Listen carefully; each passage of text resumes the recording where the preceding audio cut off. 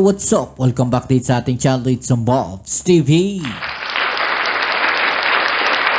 Alright, so tayo nagbabalik uli mga kababayan at ngayon ay pag-uusapan natin itong balitang kumakalat ngayon mga kababayan at talaga namang halos magkagulo po sa buong Pilipinas dahil po sa balitang ito na ngayon po ay kumakalat mga kababayan. Talaga namang ito po ay ikinagulat ng ating mga kababayan at hindi po sila makapaniwala sa isang malaking pangyayari po na ito. Okay, so yan ang ating aalamin at pag-uusapan. Pero syempre bago ang lahat, please don't forget to subscribe, like, share at comment dyan sa comment section. At pa-click na rin po ang notification bell at huwag nyo rin pong kakalimutan mga kababayan na paki-like naman po ang ating video dyan sa ibaba. Pa-click po ang like button. Maraming salamat sa inyo at shoutouts ulit sa lahat ng mga subscribers at followers natin dyan.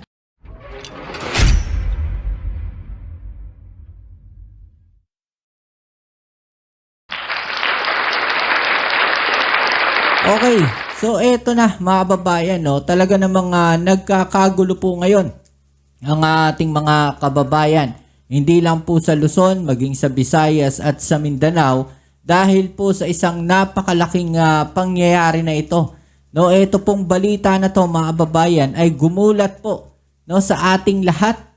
Hindi po makapaniwala ang ating mga kababayan sa isang napakalaking balita na to. Okay, so alamin po natin yan, Ito po yan, mga kababayan. Walang patid ang pasasalamat ng mga mamimili sa Cebu sa pamahalaan dahil sa 20 pesos na bigas. Yan, Nagpapasalamat ang mga kababayan natin sa Cebu dahil po sa 20 pesos na bigas ng ating Pangulong Bongbong Marcos. Yan po ang gumulat. At talagang nagkagulo po ang ating mga kababayan dahil hindi po nila ini-expect na mangyayari po yan mga kababayan. Dahil kung maaalala natin, bago ang halalan, ang sinasabi nilang 20 pesos na bigas na panghayop di umano, ay pinagkakaguluhan ngayon ng ating mga kababayan. Imagine ninyo yon. Sinasabi nila na panghayop pero pinagkakaguluhan yung bigas. Diba? Kaya nagulat yung ating mga kababayan Hindi sila makapaniwala na magagawa yan ng ating Pangulong Bongbong Marcos. Na magagawa yan ang pamahalaan natin ngayon. Diba? Binatikos nila ng binatikos. Pero ano ngayon ang nangyari? Nagkakagulo. Bakit nagkakagulo yung mga kababayan natin?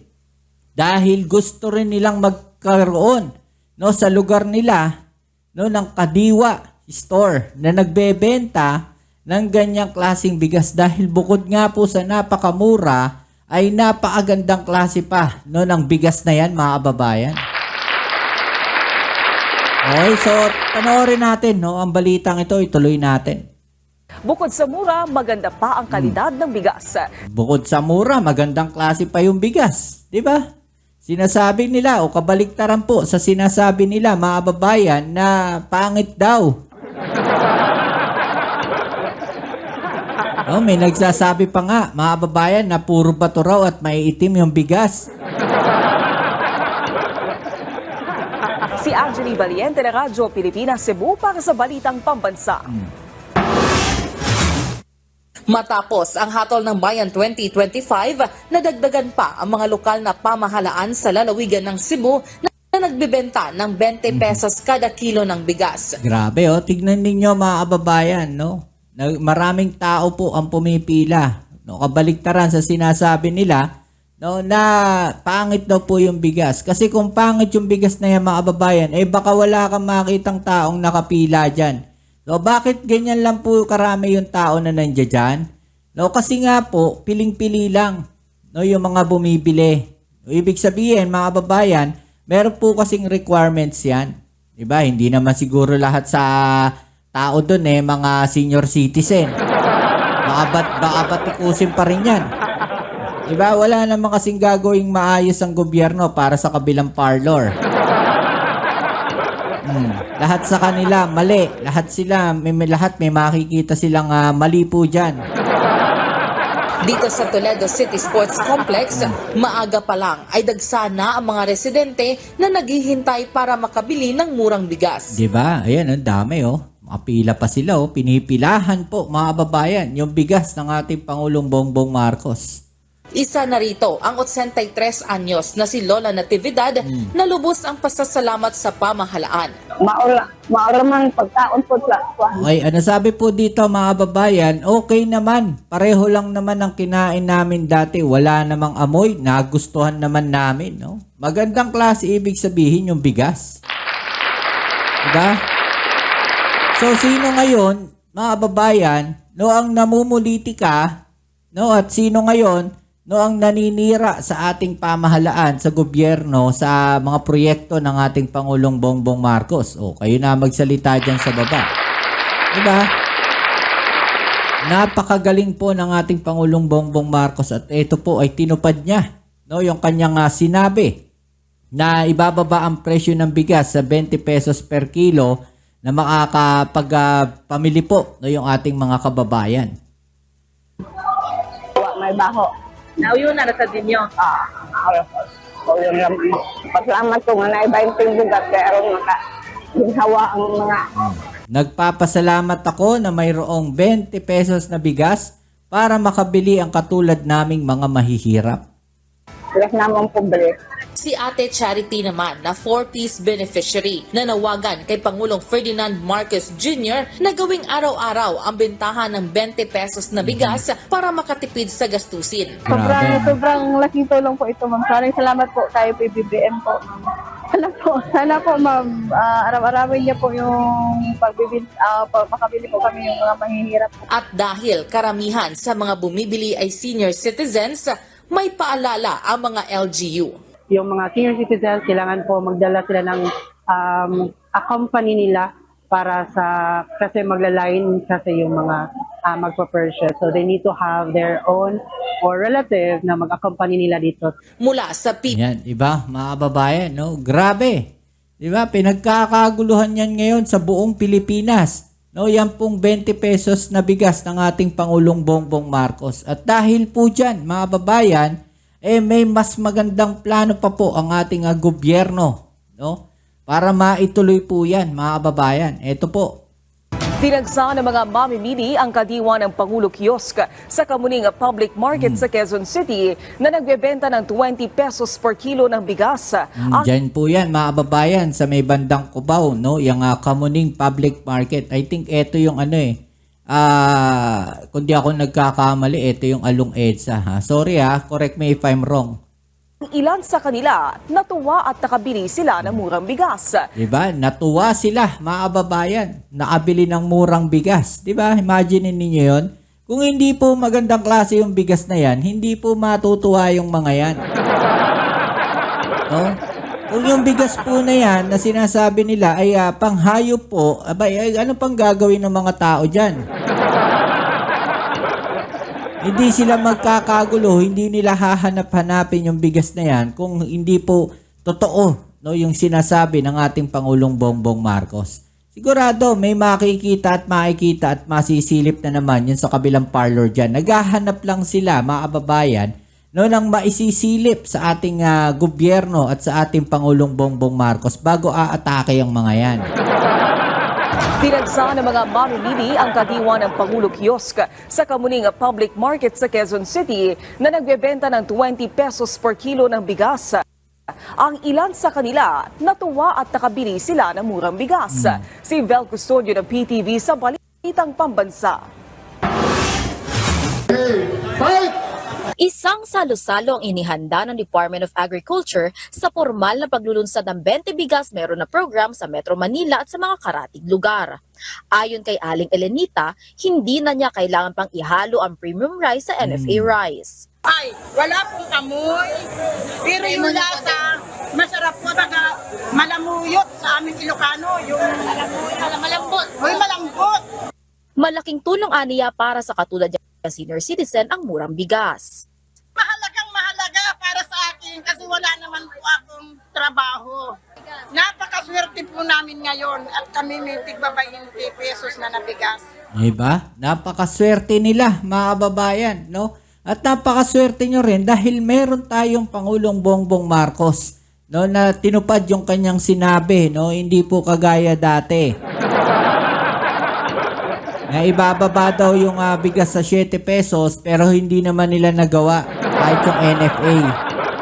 Ito, mga kababayan, NFA, no, 20 pesos na bigas pero magandang klase naman po.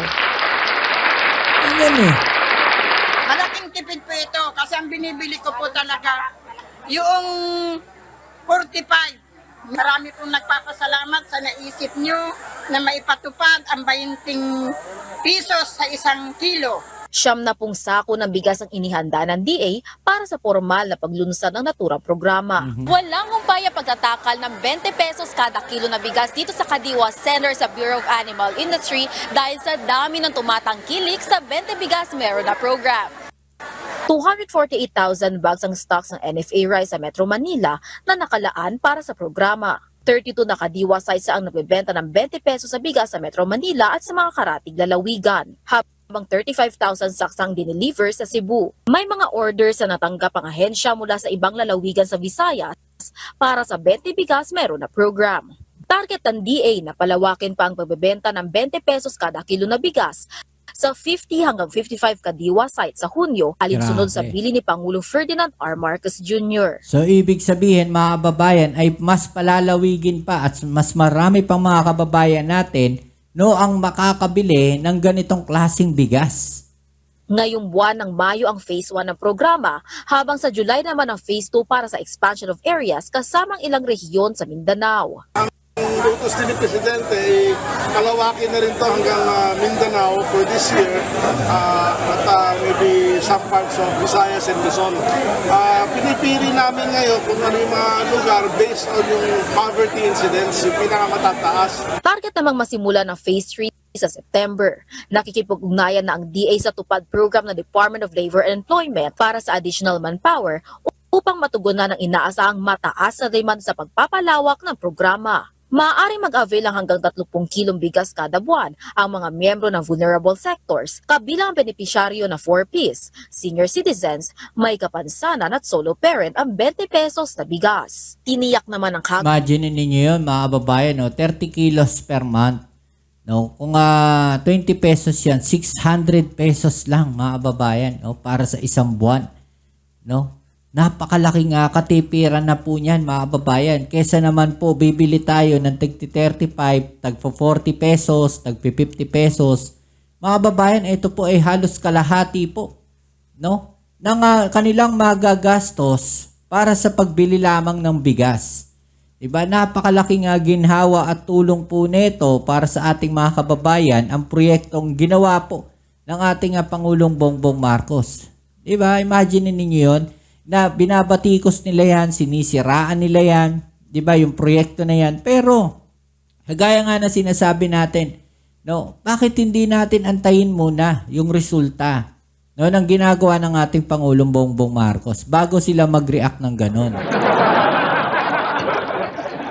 Sigurado tayo dito na ang isusunod nito, mga kababayan, para masustain to sa nakikita ko, no, mag-direct ang ating gobyerno, no, sa mga direct sila sa mga nagtatanim mismo, no, sa mga farmers netong mga palay, 'di ba? At sila mismo yung bibili ng palay at sila mismo, no, yung magpa-process netong palay na to, mga kababayan, 'di ba? Mas malaking tulong po 'yan, no, para po sa ating lahat, 'di ba? Mas makakatipid ang ating gobyerno diyan sa processing na 'yan. Imbis na bumibili sila ng mga makinarya na pinapahiram, pero ang nangyayari, mga kababayan, hindi po yung pinapahiram. No, may nagsasabi po sa atin na may mga naririnig tayo na yung iba raw ay pinapaarkila pa yan. Diba? Kawawa naman yung ating mga kababayan. Diba? Na walang kakayahan na umarkila niyan. Dahil imbis na yung ipang-aarkila nila ay kikitain na nila, ang nangyayari, mga kababayan, ibinabayad pa nila sa makina, no? Binabayad pa nila sa mga nagkikiskis ng palay para lang maproseso yung kanilang palay, No, malaking katipiran na po kung yung gobyerno natin mismo ang bibili, no, at meron tayong sariling processing plant ng mga palay, ang mas makakamura po tayo. Diba? So yan, muli maraming salamat sa lahat ng mga patuloy na kasuporta dito sa ating channel. Kita-kits po tayo sa ating next video upload. Ito po muli ang inyong Kuya Mobs sa Mobs TV. Peace and out.